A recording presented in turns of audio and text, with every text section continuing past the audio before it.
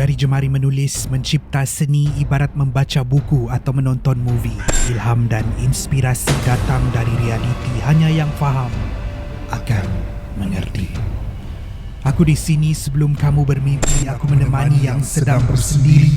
Selamat datang untuk yang berani di penjelajahan yang tiada henti.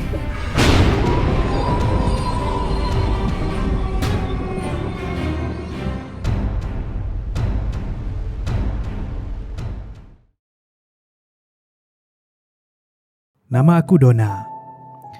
Melihat anak-anak buah yang membesar di depan mata ni, teringat pula dengan kisah seram yang pernah berlaku kepada anak sebuah pasangan berada yang rumah mereka terletak di atas sebuah bukit berdekatan dengan ibu kota. Sejurus selepas tamat SPM, masa sedang menunggu keputusan disebabkan tak ada buat apa, aku memutuskan untuk mencari kerja sampingan daripada aku duduk di rumah tak buat apa menghabiskan beras je kan. Tengah-tengah sibuk mencari, akhirnya aku ternampak satu iklan di Facebook tentang sebuah pasangan yang mencari pengasuh. Aku tak tunggu lama dan menghantar pesanan kepada seorang wanita yang memperkenalkan diri dia sebagai Alia. Setelah berkenalan, dia tanya beberapa soalan dan dia bersetuju. Dia berikan alamat rumah dan 2 hari selepas itu aku pun pergi ke rumah diorang. Rumah aku dengan rumah pasangan ni tak jauh sangat, dalam 20 minit perjalanan. Waktu itu, ibu yang menghantar aku menggunakan motor. Motor ibu mendekati rumah dia perlahan-lahan.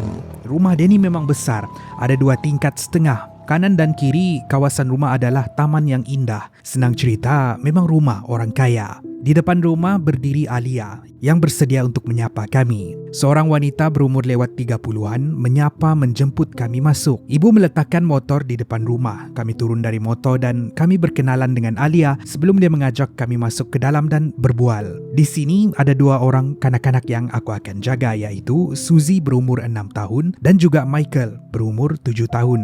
Mereka hanya duduk di kerusi sambil tersenyum. Alia ni pula peramah dan di sinilah kami berbincang tentang skop kerja, tanggungjawab aku, tempoh masa dan sebagainya. Menurut Alia, dia nak suruh aku tinggal di rumah tu untuk menjaga Suzy dan Michael. Sepenuh masa, aku akan diberikan bilik yang terletak bersebelahan dengan bilik mereka di tingkat kedua. Hari itu jugalah aku akan mula bekerja. Setelah semuanya selesai, ibu pun pulang meninggalkan aku. Aku dan Alia sambung berbual di ruang tamu. Menurut Alia, suaminya tidak selalu ada di rumah sebab bekerja di luar daerah.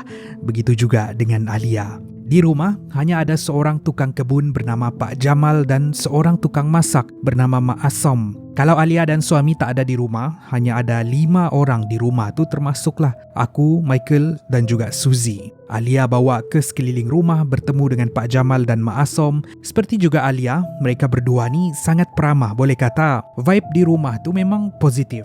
Tapi apa yang aku rasa hari pertama ni berbeza sekali dengan apa yang aku akan lalui semasa bekerja di situ. Sekitar senja, Alia memaklumkan dia akan keluar dari rumah selama seminggu mengikut suami dia di luar daerah. Dia meninggalkan kami berlima di rumah untuk seminggu. Sedar tak sedar tibalah waktu malam, waktu untuk menidurkan Suzy dan Michael. Sekitar pukul 8 malam. Kami bertiga bercerita di katil bilik mereka. Kami cerita itu dan ini.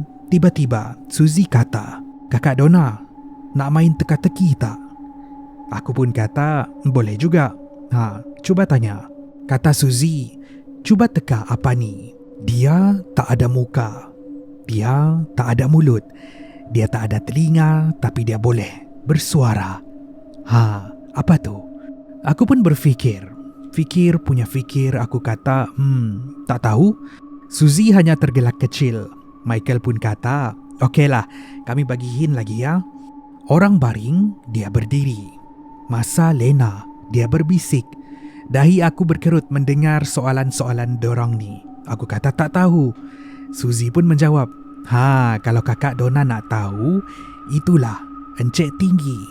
Aku waktu itu gelak dan tanya, "Encik Tinggi? Siapa Encik Tinggi?"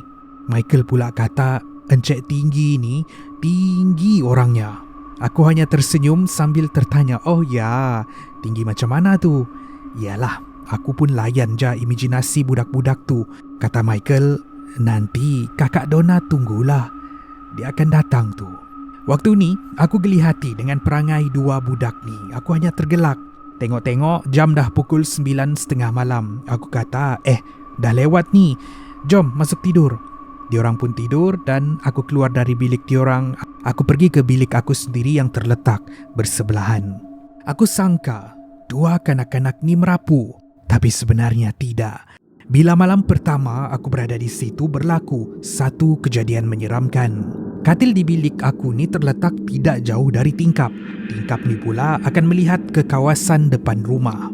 Keadaan aku tidur waktu tu mengiring menghadap tingkap. Sekitar pukul 2 pagi. Aku terbangun disebabkan mendengar bunyi sesuatu yang mengetuk tingkap.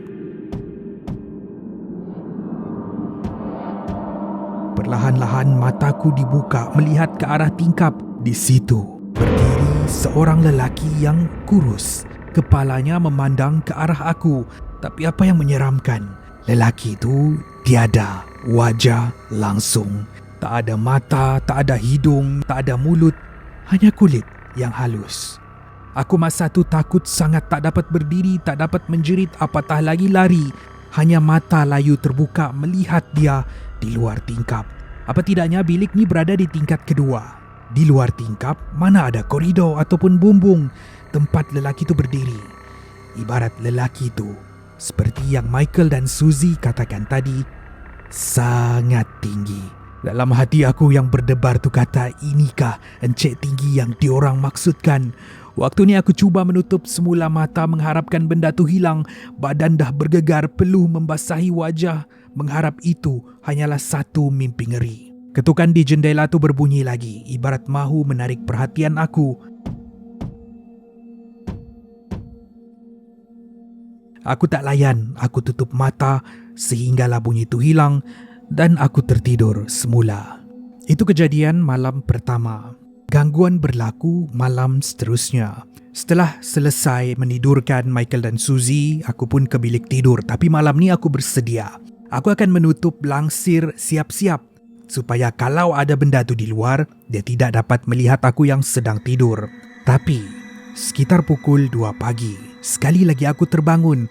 Bukan disebabkan oleh bunyi ketukan dari tingkap, tetapi bunyi langsir tingkap dibuka perlahan-lahan. Hairan, sebab siapa pula yang buka langsir ni? Aku buka mata perlahan-lahan dan alangkah terkejutnya aku, itu adalah Mak Asom. Dia membuka langsir tu seluas-luasnya sebelum perlahan-lahan kepala dia berpaling melihat aku. Malam tu wajah Mak Asom sangat bengis. Terukir senyuman sinis di wajahnya sambil dia kata, "Kau buka langsir ni, mana dia dapat tengok kau, perempuan?" Nadanya tinggi memarahi aku, ibarat itu bukan Mak Asom yang aku kenal. Sebelum Mak Asom ketawa, membuatkan aku keras dan kaku. Mak Asom kemudian perlahan-lahan berlalu dari bilik dan hilang di sebalik kegelapan sebelum muncul lelaki tinggi yang aku lihat malam semalam di luar tingkap. Sekali lagi kepalanya berpaling tanpa wajah melihat aku. Malam tu disebabkan aku terkejut sangat, aku terpengsan. Tapi mujurlah pagi itu aku terbangun sebelum Suzy dan Michael bangun. Tapi kepala rasa pening sangat. Aku laksanakan tanggungjawab aku dan kami turun bersarapan dengan Mak Asom. Saat kaki melangkah ke dapur untuk mendekati Mak Asom, terasa berdebar pula di dada. Mak Asom hairan melihat aku dan bertanya, Donna, okey tak semalam? Di dalam fikiran aku, Mak Asom ni buat-buat tak tahu kah? Atau dia hanya berlakon? Aku waktu tu diam tidak menjawab soalan Mak Asom dan terus ke meja makan. Bermain di minda, kenapa perangai Mak Asom ni malam lain, pagi lain? Seharian aku mengelak dari bertembung dengan Mak Asom walaupun Mak Asom berkali-kali tanya aku okey ke tidak. Sehinggalah waktu petang, Mak Asom mendekati aku dan kata, "Baiklah, korang jaga diri tau. Kita orang balik dulu." Aku terkejut bila Mak Asom kata macam ni. Sebab di dalam otak aku, Mak Asom dan Pak Jamal tinggal di dalam rumah.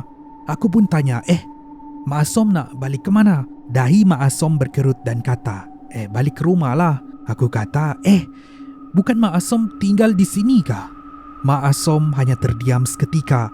Dia melihat aku dengan satu renungan yang tajam sebelum berkata, "Donna, kalau Mak Asom diberikan duit beribu-ribu pun, Mak Asom tak akan mahu bermalam di rumah ni tau. Ini membuatkan aku tertanya-tanya apa sebenarnya yang terjadi. Aku sangkakan malam semalam tu Mak Asom, tapi itu sesuatu yang menyerupai dia. Apa yang ada di dalam rumah ni dan kenapa Mak Asom dan Pak Jamal tak mahu tinggal di sini?